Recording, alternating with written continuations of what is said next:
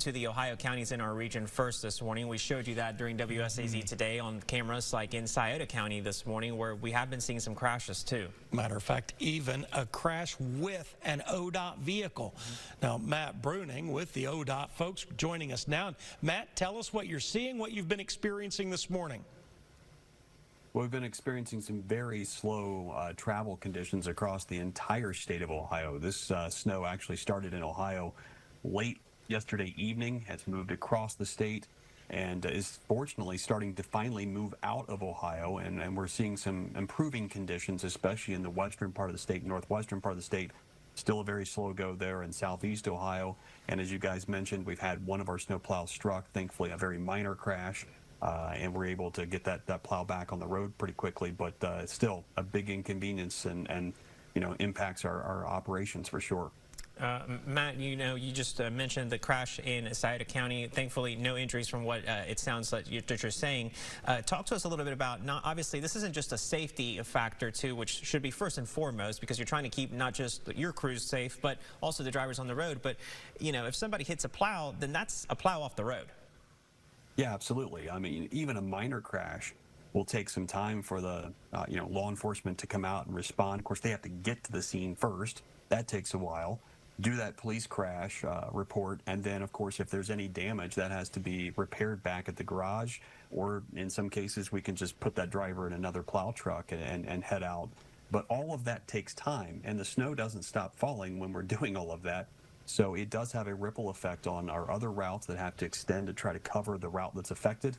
It just makes it worse for all of us. So it's not just the drivers involved and the people in those vehicles. It certainly impacts a wider area. So that's why we tell people, give us room to work. We just need that room to work. This is the 4th snowplow hit so far this winter. We were hit 54 times last winter, and we just need people to pay extra attention around those big snowplow trucks. This is turning out not to be a massive snowfall, but yet it's an early snowfall. Does that affect how you respond at all? Not really, and honestly, Rob, the bigger issue is the timing of the snow. We would much rather get 3 or 4 inches of snow that start at 11 o'clock at night and is wrapped up by 2 o'clock or 3 o'clock in the morning, and we can get roads cleared and in pretty good shape by the morning commute.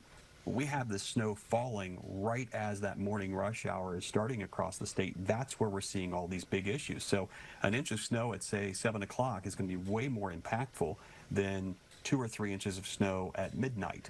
And so the timing of this snow today, I think, has been a bigger issue than even the amount of snow or a time in the season.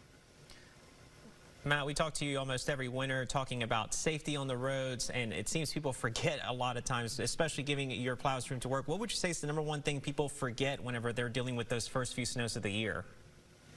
I think they think that they can drive in the snow like they do in July. I mean, we've seen a lot of people, I've seen people even commenting on my social media channels about being upset that it took them 50 minutes longer to get to work today. Of course it did. You should take 50 minutes longer to get to work, maybe longer than that. The roads are not in a condition in the wintertime when we have snow events like this where you can drive even the speed limit. You have to slow down. You have to allow extra time. If you don't double or in some cases triple the amount of time it takes you to travel in conditions like this, you're going to end up in a ditch more than likely because you're driving too fast for the conditions. So Man, people to slow down, allow that extra stopping distance, and of course when you see our crews out there, making sure you're giving them room to work. All of that is going to take longer for you to get to your destination, but it's worth it. Matt, other than the one plow that got hit, have you seen anything odd this morning?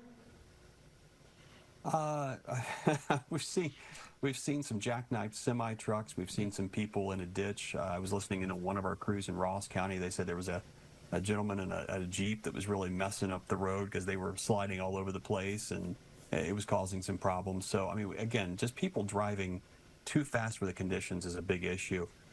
We just need people to allow that extra time to travel, plan ahead, leave early, and give our crews room to work. Those are about the craziest things I think I've heard so far. Yeah, definitely. All right, Matt Bruning with ODOT, thank you so much for joining us this morning. We really appreciate your expertise, especially on a day where the travel is so treacherous like today. Absolutely. Thanks, guys.